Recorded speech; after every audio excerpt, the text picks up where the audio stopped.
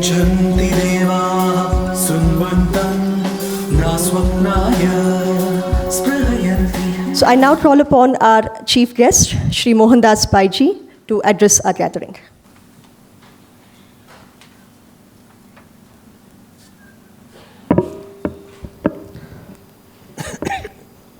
Sri Sri Yadugiri Yathiraja Swamigal, Srimati Sumati Krishnan, and dignitaries in the dais, Dr. Nagaswamy, ladies and gentlemen. Today we are here to discuss very seminal issues impacting our civilization. India is today at a crossroads. The forces of modernity, the forces of technology, and the forces of change are having a deep impact on our society. We are a very old civilization. We trace back our antiquity. We trace back our civilization to antiquity. We are a very different civilization. Our civilization is not based on the conquest of nature, on the domination of the individual, and on finding individual happiness to material pursuits. There are two broad civilizational schools, the Western and the Eastern. The Western, of recent origin, is based upon conquest of nature, multiplying, evangelism, and individual aggrandizement, because they believe in dogma, a dogma that they are right, their God is the only God, and only they go to heaven, a dogma of intolerance, non-acceptance of the right of others to live. The Eastern phase, the Hindu civilization, the Chinese civilization, Buddhism, are based upon the acceptance that we are part of nature. We are part of everything that is created on this planet, and we have to live in harmony. We must take from nature what is required for our survival, not destroy nature, and we must pursue the essential question of our existence. Why are we born? Why do we live? Why do we die? What is the essential purpose of life? Is the essential purpose of life power and domination over others? Or the essential purpose of life is to find out the purpose for our existence and to remove the domination of the ego in our lives? Because the ultimate sense of happiness comes when a human being is contented, not when a human being has power to rule over others. Mortality is the only reality in life. There is no other reality apart from mortality. We all know that the day we are born, we have to go. Therefore, the power struggle of emperors, of people who think they're born to rule others, is of no avail. And that is why our forefathers, the great rishis, our epics, always told us, discover yourself, conquer yourself. Because that is the ultimate conquest you can have in your life. And we are very strange beings, endowed with intelligence, endowed with reason, as against lesser animals. Having been inheritors of an old civilization, we have a very rich culture. And the culture has arisen over many centuries. We have a culture in our literature, in our great epics, in our music, in our dance, in the way we live, in our festivals, and everything we do. And this is very important for all of us. And why is it important? It gives us a sense of roots and identity. It places us well in our own society. And in the Sanatana Dharma, we have the freedom to think, to dissent, to debate, to discuss, to disagree, without the threat of ostracism, without the threat of being thrown out of anywhere. Because Sanatana Dharma is such a wide ocean that many, many rivers flow into the ocean, and there is place for much more. And within this all-encompassing ocean, there's the freedom of thought. Because for a human being, the ultimate freedom is the freedom to think, the freedom to pursue, the freedom to do what one thinks is right, without the freedom to harm others or to hurt others. And we have this freedom because we have no dogma. There is no dogma. There is no one reality. There is no one path. There is no one way. And that is what creates a great civilization. And this heritage has been under attack for many, many years. Because we are a pacifist people. We do not seek the conquest of others. We do not seek to dominate others. We do not seek the power to rule over others. And we have been an attack for many centuries. There was attack from the West, from Central Asia. We had conquests by the Arabs and the Turks and everybody else. They came and conquered this land. Our people suffered terribly. Then came the British to trade. They ruled over us, colonizers, looted us, took away our money, and made us very poor and impoverished. And they gave us the myth that they gave us English. They gave us civilization. What a joke.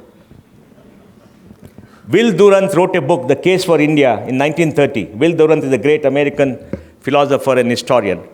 And he said, between 1857 and 1930, the British took away wealth from India equivalent to $400 billion in 1930 money. Recently, Ila Patnaik of Columbia University wrote a book that about the total wealth looted is 42 trillion or something in today's money. 45 trillion. It's an enormous amount of money. It could be 2 trillion, 3 trillion, 45. They're all numbers. But the fact is, we were a rich country. We were a rich country because we were an artisanal economy. We had large number of people. We were a civilization based upon water and rivers and forests. And we had artisans. They created great goods and we traded. Pliny the Elder, 2000 years ago, from Rome wrote, Rome's trade with India will impoverish Rome because Rome took textiles and spices from India, had to give gold and silver to India. So this was a rich country, impoverished, now with poor people. We got freedom. We have grown. Today we are a $2.6 trillion economy. By 2030, we'll be a $10 trillion economy. We are third largest economy in PPP terms. In nominal terms, we'll be the third largest economy in 2030. The curse of poverty is diminishing. The curse of deprivation is diminishing because this country has enough for everybody. It has enough for everybody. It's never lacked anything for anybody. It has enough. But now people are getting enough, and that will continue to come. But at this critical junction, when we shall overcome our economic deprivation, and we shall take our rightful place in the world, and where at a time when the world will recognize that the only way forward for humanity on this planet is sustainability. When the world has realized that we are taking too much from nature, we are consuming 1.5 times nature's ability to refresh itself, to renew itself, and is not sustainable. It will lead to climate change. It will lead to bad air, bad water, and it will lead to bad food. And people will die earlier. And it affects everybody. If the polar water with the polar ice were to melt, the seas will rise 100 meters. New York is gone, London is gone, all the cities are gone. In Bangalore, we're reasonably safe. You have a problem in Chennai. I don't know whether you can come to Bangalore, but we will think about it. But the important thing is, climate change affects everybody. Nobody can build a wall and keep the climate away. Not even President Trump with that big fat button. So I think we're all together. And the world is realizing we have to live sustainably. And sustainability means the lifetime that we chose. So our way and our philosophy is becoming a guide for the whole world. But at this time, as we grow economically stronger, as we become a much economically better off country, our culture is under assault. Our civilization is under assault. Because in India, there is an ideological battle for the soul of India. An ideological battle. Political forces are at play.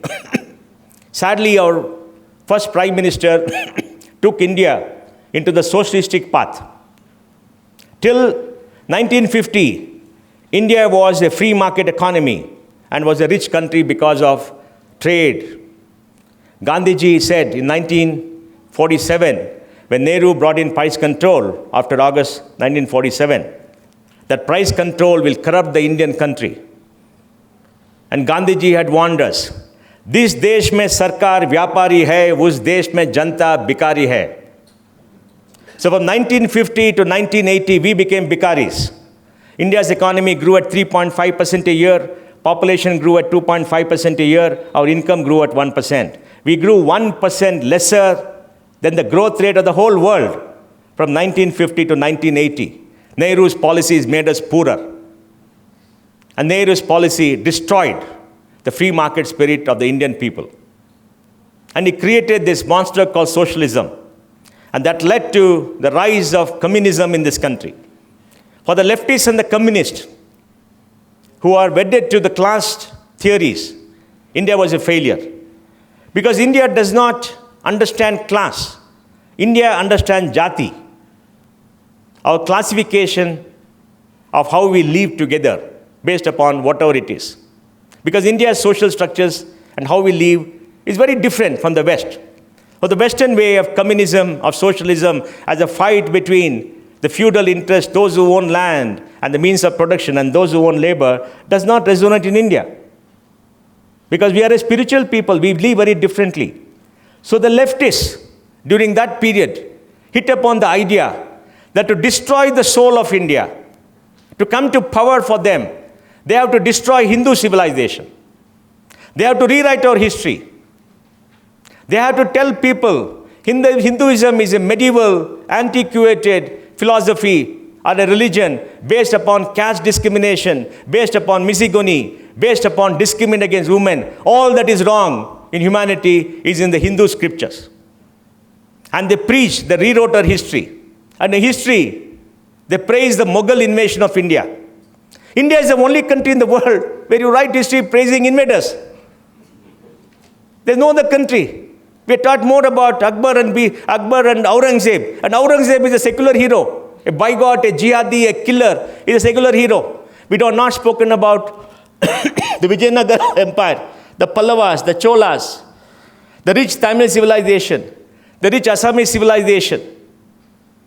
And in Karnataka, our chief minister celebrates Tipu Jayanti. Tipu is a killer, a bigot, a jihadi. He destroyed our Konkani temples. He killed the Kodavas. He killed the Melkote, Iyengas. He butchered them.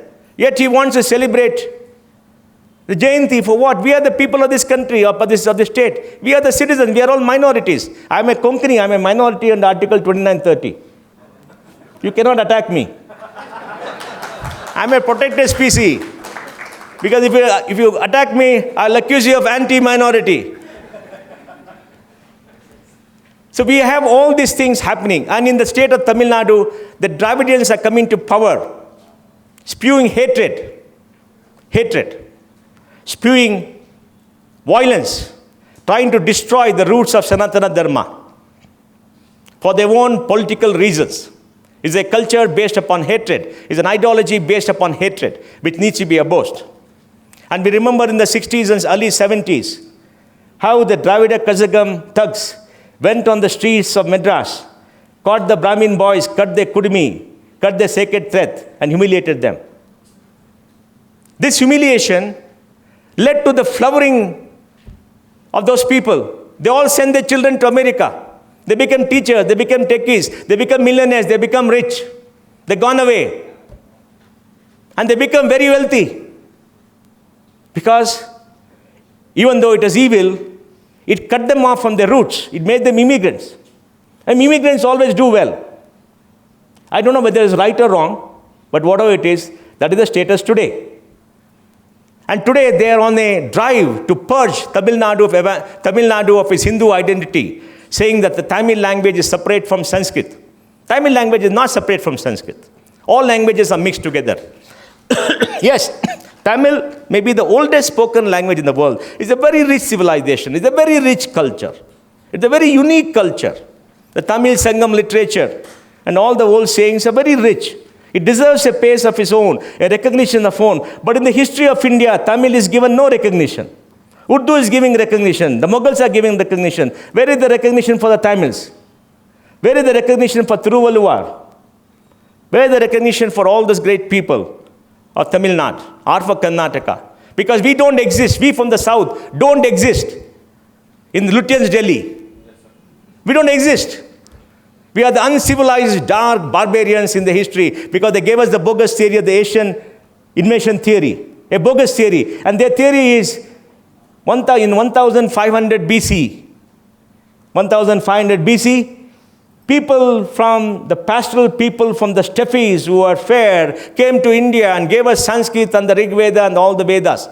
Have you ever heard such nonsense that a pastoral people living in the steppes came with such a rich culture, a rich language, so much of philosophy, of such great thoughts that is no parallel in human history or in any other place, and came to this land and gave it to us in a platter? It's a very stupid theory. And we fall for it and they write about it and write books. And now they say our DNA analysis shows, which is all bogus, because new DNA analysis showing that DNA in this country has been there for a long period of time. And all these bogus people came, they give the date. And the date comes from a very interesting idea. Max Muller, who started this bogus history, wanted to write about what happened here because when the Europeans came here, this is a rich country. So they had to discover why we were rich. And when he wrote, he traced the origin of the creation of man in the Bible to something like 2,500 years before Christ. And he had to place the Hindu civilization at the date. So he gave an arbitrary date, 1500 BC, an arbitrary date, because you cannot accept the Hindu civilization being before they were born, before they were created. You can't accept. So he gave the date, and our foolish people in Delhi keep regurgitating it. The lefties write it, everybody writes it, and some person, John something, written a book also recently about it, saying DNA analysis, I can prove it. It's all rubbish. It's all stories. Because history proves otherwise. The Vedic civilization, the Saraswati river proves otherwise. I am a Gauda Saraswat. I come from the Saraswati river. The Saraswati river died 4,500 years ago, 5,000 years ago. I am a Saraswat. It is there in my blood, in my culture. And I speak a language, Konkani, which is like Prakrit, like Sanskrit. It's a very old language. It's a mixture of many languages now. But these kind of theories are given to us. And our children are told about this. They're brainwashed. And we accept it. All of us accepted it. I too am a victim. We accepted it because after independence, we are all engaged in a struggle for existence. We are poor. We had to struggle to live. Our parents had to work very hard. There is not much to educate us, to give us a living. But now the situation has changed. India is becoming wealthy. So people are becoming wealthy. And we are now being attacked because these same evil forces are finding that if they don't attack Sanatana Dharma in the next 10 years, their cause is lost. Because leftism and communism is the lost cause in India. But now we have these evangelicals coming and attacking us. Because India is the last great country where Christianity has not been able to conquer. They're conquering China too. The Pope came, I think, in 2000 and made the statement that 21st century is the harvest of souls in Asia. He comes to our country, abuses us, and goes back, and people in Delhi worship him because they know who is in Lutyens' Delhi, who are the source of power at that point of time. And we all do Thaliyan. It's foolish. I'm a Konkani. In Goa, my forefathers were killed, our women were raped, our temples were destroyed in the Inquisition by the Portuguese, led by Francis Xavier. For 150 years, the most brutal Inquisition in the world happened in Goa. And we want the Pope to come and give us an apology. It's brutality. But yet we applaud. So there is an assault on a civilization. The evangelicals are coming, they're trying to convert. And in this, they are appropriating a cultural icons, our cultural heritage, Carnatic music. Because Carnatic music is known to everybody, is revered by everybody, and has a great, rich heritage. The way to attack a civilization, the way to intimidate them, the way to destroy them is to attack the intelligentsia. Appropriate the cultural icons.